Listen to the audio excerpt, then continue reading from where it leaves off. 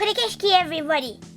Welcome to your first actual pre-recorded Yoyomania national broadcast! Woo! Woo!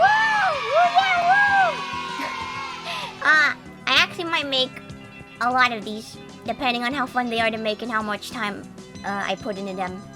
Future Yoro could answer that for you. This isn't really a video essay as it might come off, but it's really just a casual sort of Zatsudan, except I have actual bullet points. Wow. I feel real professional, wow. And also look at this new setup, wow, look at this. I mean, look, I have a desk, I have a TV behind me, I can put whatever I want on the TV too, wow, look at that. Wow, look at that, that's amazing, wow. But yeah, I think it's looking pretty good so far. I'm pretty excited for this. So let's get right into it. Yeah, excuse me for being a little awkward, okay? Okay? This is really weird going off of a script and not really bouncing off of anybody. And also my model keeps fucking up for some reason. Goddamn! Okay. So let's just talk psychological horror, okay? So when I say psychological horror, what do you think of, okay? I'm like 90% sure that most of you are just gonna go Silent Hill 2. Silent Hill 2, You don't know about it, yep. Cause Silent Hill 2 really is the kind of epitome of psychological horror, but let's look at what it means first. According to Wikipedia, the free encyclopedia online that anyone can edit, it's defined as psychological horror as a subgenre of horror and psychological fiction with a particular focus on mental, emotional, and psychological states to frighten, disturb, or unsettle its audience.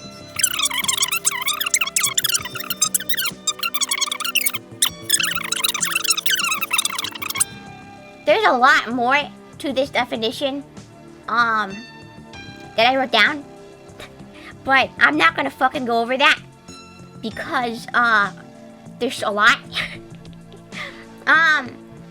Another one though.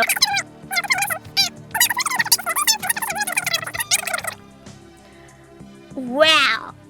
For the longest time, I didn't know that this was the exact definition of psychological horror, okay? I thought for sure that it was just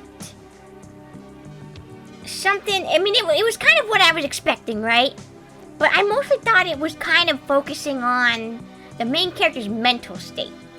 Like, of course, you know, the big one is in Silent Hill 2. You know, big spoiler warning! Spoiler alert! Put a spoiler thingy up here. Whoa, wow, whoa.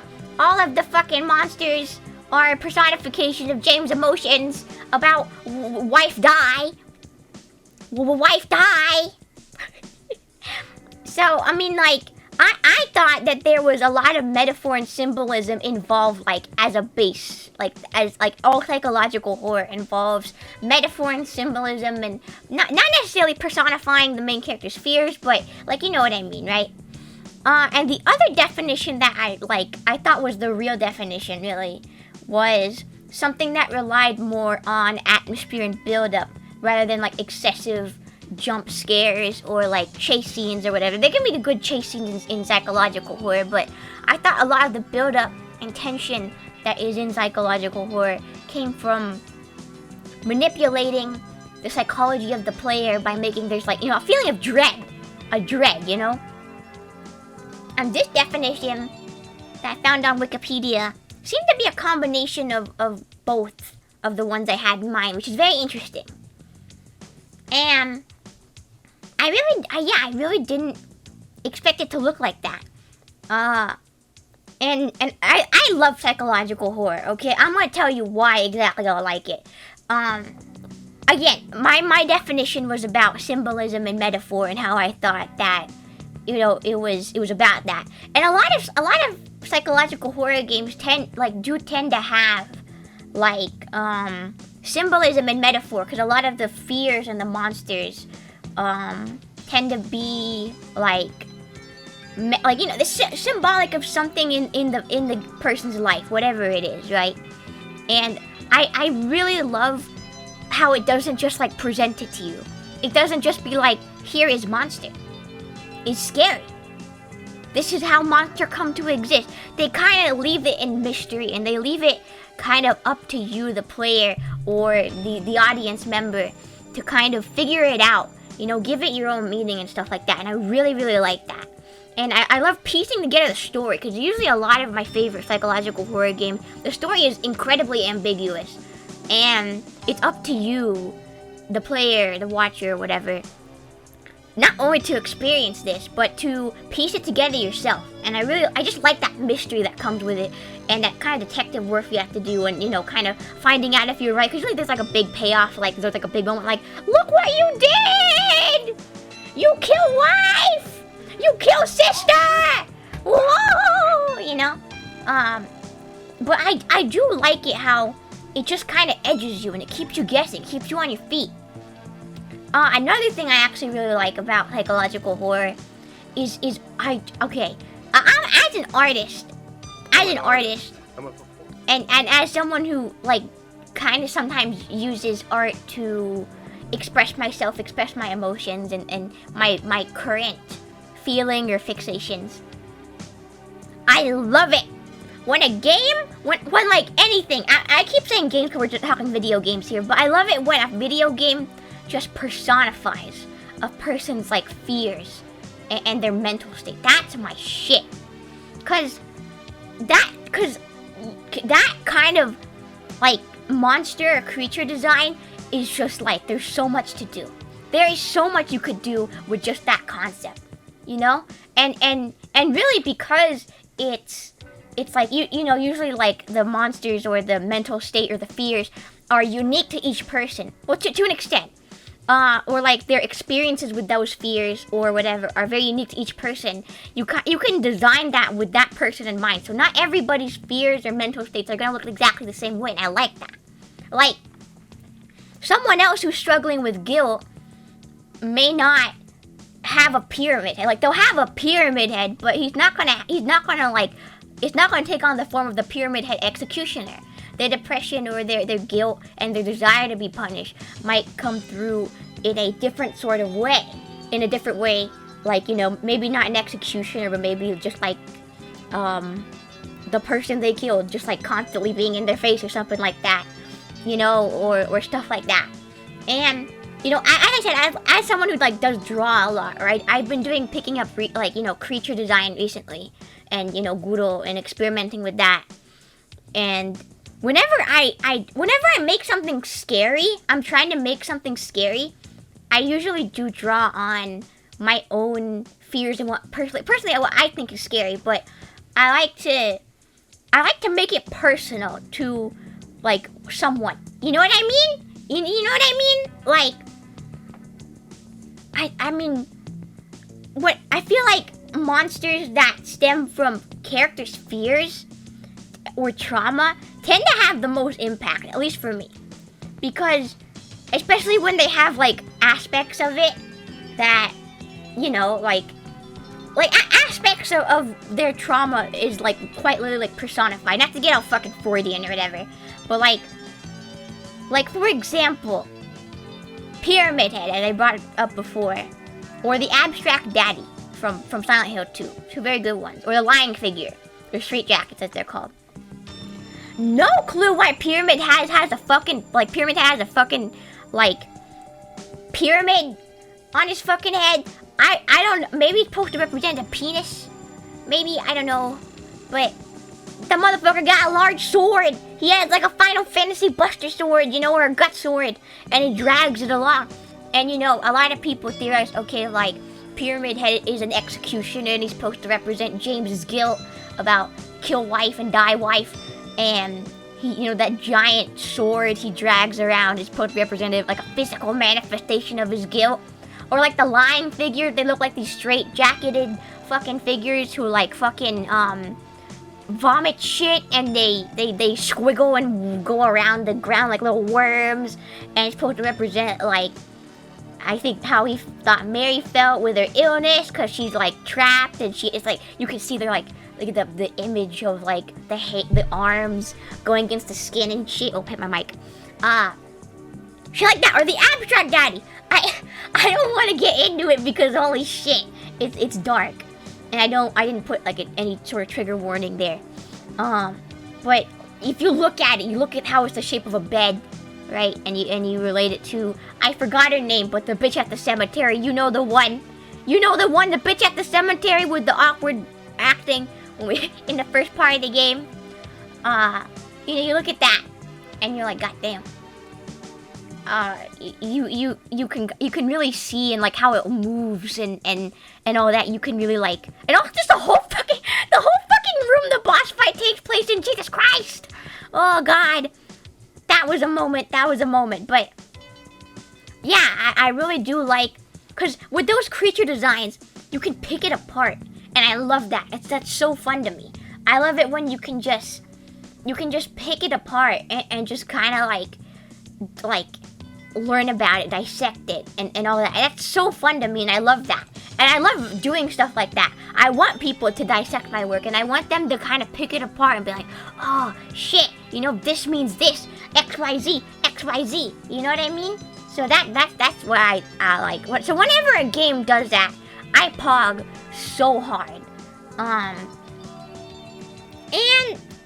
not to sound like edgy, right? But like a lot of horror really can be found like in what's in your brain, like a lot of true horror. Horror. A lot of true horror. Oh God, a lot of true horrors can be really just found in the brain for some people. But yeah, like a lot of like, I mean, speaking as someone who does struggle with some stinky thoughts, right? Sometimes that shit can be scary, and it's scarier than any fucking horror movie. Cause that shit is just, I don't know how to explain it.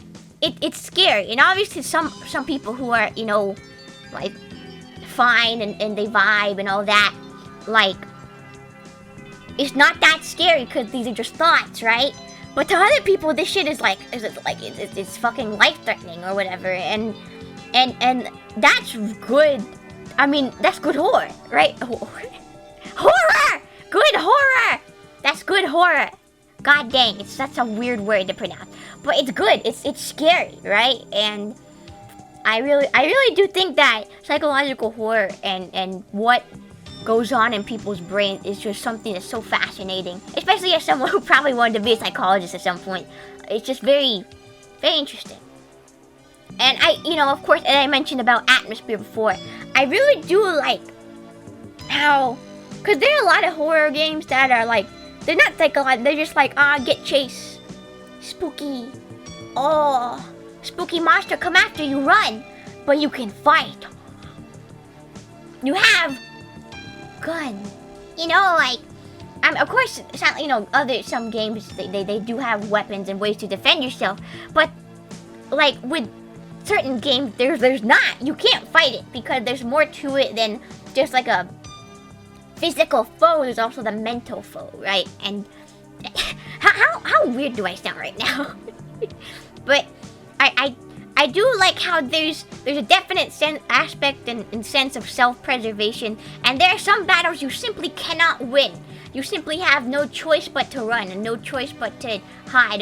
Those times when you are able to overcome your problem, it's not just like, whoa, I killed the boss, now he's dead. There's like this sense of there's always a sense of accomplishment with every boss battle. But I guess this one it's very like, when they beat a boss, it's like they also better themselves in a way, if you think about it. If we're going by that kind of Freudian, you know, Jungian kind of personification of fears and traumas, by overcoming them, by beating that boss, in a way, you're kind of overcoming that, you know, those feelings, or the main protagonist is overcoming their traumas, their fears, and I think that's just an interesting character arc in general, you know what I mean? And we'll talk more about my favorites and stuff like that. But I really do like how a lot of psychological horror tends to not be run and gun and chase and I fight and now you nothing, boss, because I have chainsaw. You are dead. But let's talk about my fucking favorite horror games, dude. So let's talk about it.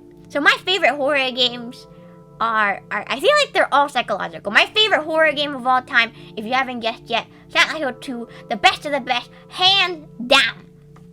Now, you can literally find so many other videos that can go on and on about this game, about like everything about it, from the graphics to the music to just like the minutia and the minute details are just brilliant. And you can literally just go on for forever about this game, and I could too. But we're on a time constraint because I'm filming this and I gotta edit it. But I love it. I love Silent Hill 2. And I feel like, I'm not gonna do research because I'm lazy, but I personally feel like it was probably, don't quote me on this, probably one of the first games to kind of just toy with that aspect of personifying one's fears into something. And that's why it's actually my favorite Silent Hill game. Just because, like, aside from, like, everything else that the game does perfect, just like how it toyed with that aspect of personifying fears and traumas and feelings into something that can attack you, it can hurt you, it's your enemy, bitch.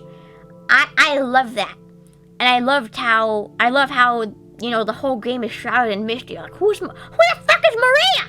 Who's this whore? Who's this hooker? Or who the fuck is that child and why can't she see anything? You know, what's going on?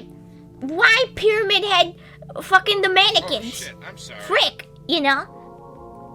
I thought that was absolutely amazing. And Silent Hill 2 kind of introduced me into, like, psychological horror as a whole, and kind of, like, it introduced me to a lot of games that I will also talk about. I love that game, even though it fucking scares the shit out of me and I hate playing it. I love it, and I love watching people talk about it, and I love watching people play it, even though I hate that fucking game. So, Detention, another good game. It's a Taiwanese horror game, and it takes place in like the 1960s, and you play as Ray, and she's lost in school, but she has to find a way out, and it's spooky and haunted. But this is another psychological horror game that I absolutely love and adore. Pretty much, it's probably hands down my favorite by Red Candle Games. And first of all, this game is dripping. It's dripping in fucking like it's dripping in mythos and like culture, and I love that, and history too. It takes place during the Baisakongbu, which is it's like the White Terror in Taiwan, when they were like super afraid of communism, and they were doing a lot of sus stuff. I'll be honest, they were doing some sus stuff, and it actually got a Netflix adaptation, which was interesting. I haven't seen it yet, but I'll keep you updated on if it's good or not. But it has history, it has like culture, and I love that. I don't know if people know this, but I love cultures. I just love learning about different cultures, right? And the story is very interesting. I don't want to do any spoilers because I do want people to support this game creator, or the company that made it, because they're amazing and I love them. And even though I will never play your game on stream because it's too scary, I love it. And it was like, I remember when this came out and I watched a YouTuber play it, and I was just blown away. I thought it was amazing. I loved all of the cultural and religious aspects of it, and I love the historical aspect of it. I was learning about shit while I was getting my pants scared off of me, my piss scared out of me. It was amazing. And Asian horror. Okay, Asian horror games are on some dumb shit, bro. The Japanese horror games especially, fuck, bro. Japanese horror games fuck me up. And I could never, go home, bro. Fuck that game. That game over screen jump scares you after you get jump scared. Fuck that, you know that. I'm not even gonna put an image for it because I'm too scared to look it up and have it haunt me on my fucking Google recommendations. Fuck. But yeah, Attention, great game. Go play it. Go support the UK. They're amazing. Okay, next on my list here, next on my script, Omori, and by extension, Dreaming Mary and RPG horror games like Yume Nikki. Okay, So fuck Pass Yoro, because on my script it literally just says ad lib motherfucker. So awesome, thank you. So okay, I guess we're just gonna ad lib this. Okay, so Omori, I actually finished it recently, and oh my god, holy shit, this game haunted me for like, I got bad nightmares because of this game for like 5 days straight, and I'm like, I can't sleep, I'm afraid of the dark now, and also it made me cry. Like, oh my god, this game is amazing.